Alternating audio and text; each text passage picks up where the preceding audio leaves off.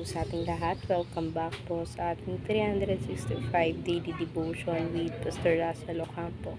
So, ang topic po natin for today is bakit kailangan natin ng pastor at mayroon tayong concept na pastor.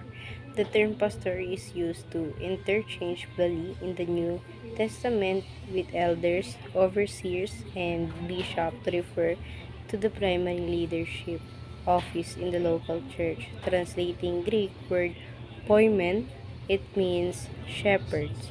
This highlight the pastor role in caring for feeding, protecting, and guiding God's flock. A pastor is not a performer or CEO but a servant leader called faithfully preach the word, lead with humility, and care for souls. He is accountable to God and congregation under Christ who is chief shepherd to the church.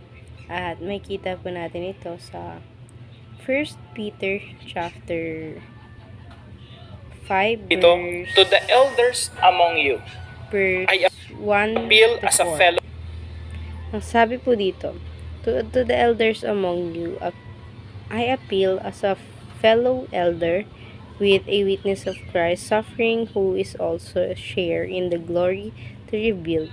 Be shepherd of God's flock that is under your care, watching over them not because you must, but because you are willing, as God's want you to be, not pursuing dishonest gain, but eager to serve, not lording it all over those entrusted you to, being example to the flock. And when the chief shepherd appears, you will receive the glory that will never fade. At ngayon naman po, share ko naman po yung mga natutunan ko sa naging topic po natin for today. Simulan po natin sa teaching. First teaching po natin.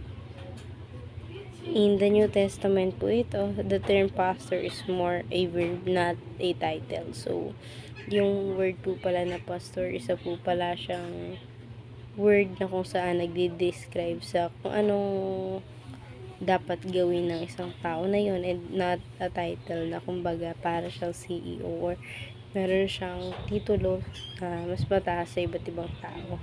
Ngayon naman po sa second teaching na tayo, every pastor shepherds a flock of sheep. So, yung mga pastor din po pala, isa rin po pala sila sa mga itinalaga ng Diyos upang maglingkod sa Kanya. Hindi sila yung paglingkuran ng mga taong nakapaligid sa kanila.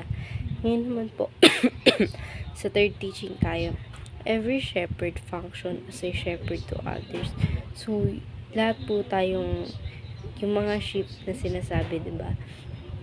Isa lang yung pinaglilingkuran nila, and yun yung amo nila na nagpapastol sa kanila. And tayo, mga tao, para rin tayong sheep na kung saan ang sinusunod lang natin yung shepherd natin, which is si God. At ngayon naman, dadako tayo sa ating application. First application, sling to the role, not to the title. So, palagi natin titignan yung role ng isang leader at hindi yung bilang title niya dun sa binigay sa kanyang titulo.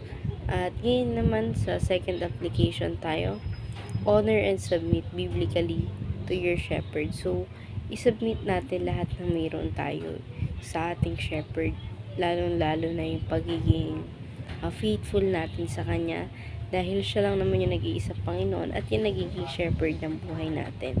Ngayon naman sa third application, be a shepherd by leading others to Jesus. So, maging para rin tayong ang ating Panginoon na siyang nagpapastol sa mga sheep na nagli-lead sa iba't ibang mga tao. Ngayon naman po, dadako na tayo sa ating discussion. Why is it important that you have a shepherd at the same time you are also a shepherd to others? So for me, mas maganda na may shepherd tayo kagaya ng ating Panginoong sa Kristo bago tayo maging shepherd sa ibang tao, dahil kailangan natin ng role model na kung saan tutularan natin sila upang sa ganun yung paglilingkuran natin is nakuha din natin sa mas mabuting asal sa gaya sa ating Panginoon.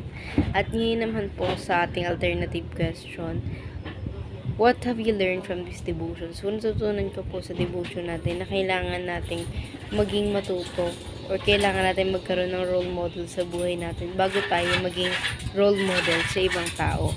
And sa how can you practically apply our devotion? So, ma-apply ko po siya sa aking sarili upang sa pagdating ng balang araw, matutunan ko naman na maging isang leader sa mga taong masasakupan ko. So, ayun lamang po for our today's discussion. Thank you for watching.